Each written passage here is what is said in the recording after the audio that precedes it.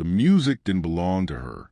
It drifted up to the floorboards, distant and faint, like a memory that refused to stay buried.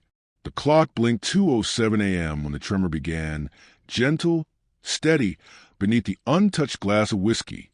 Her name lit up my phone. "You up?" I watched it fade.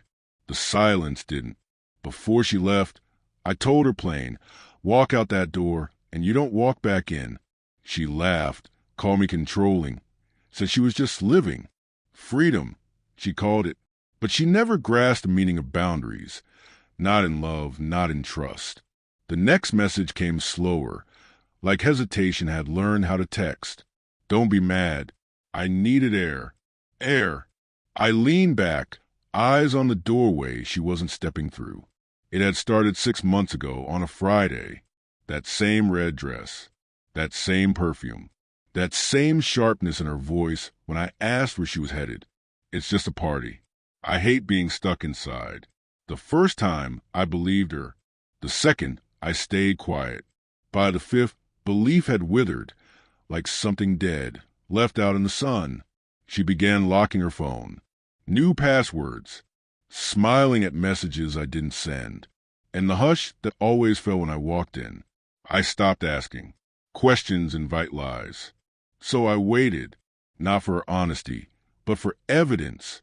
That night, she stumbled in at 3 a.m., makeup smudge, heels in her hand. She kissed my forehead like I was fragile, like a child with a fever. "Don't wake up next time," she whispered. I hadn't slept. I hadn't said a word. But something in me had already left. Her second phone wasn't well hidden. People hiding things tend to overestimate themselves. She tucked it beneath her scarves, quiet and careful. The password? His birthday. I only knew it because once he'd sent her lilies, white, with a note signed D.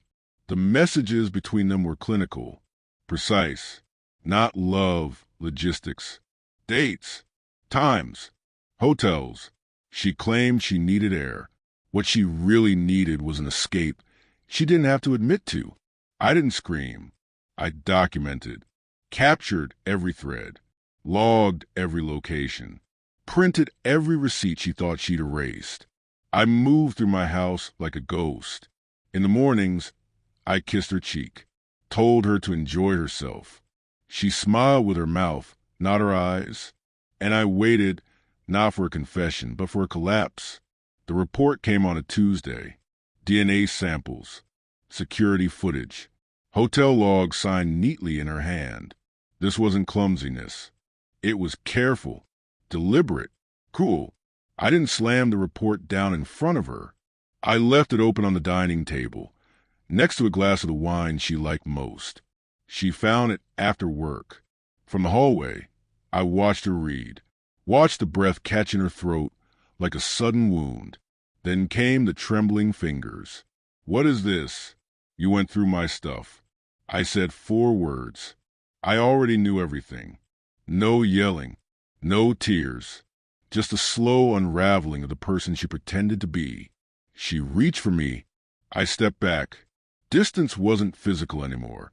It was truth. "I made a mistake," she whispered. "I was lonely." You stopped talking. I didn't know how to fix us. I studied her like a case file. Symptoms, patterns, a long list of ignored signs. "I warned you," I said. And I had, that night before the party, when I told her that walking out meant never returning to the man she left behind. She thought I meant I'd be angry. She didn't understand. I meant I'd be finished. I walked her to the door, not with anger, not with coldness, just with certainty. And I closed it, not hard, just final. She still sends messages, not apologies. Those stopped after the first week. Now they're just fragments, echoes, pieces of memory trying to rebuild a bridge I already burned without a word. I don't answer. Some truths don't need repeating. Some betrayals say more when met with silence. I sleep now, not peacefully, but without doubt. And that kind of clarity, it brings its own stillness. One that doesn't beg, doesn't chase, doesn't deceive. She left searching for freedom. She got it. And I got what I always wanted. A home without lies. A mirror without cracks.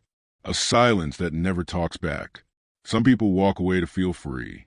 Some of us let them, just so we can finally breathe.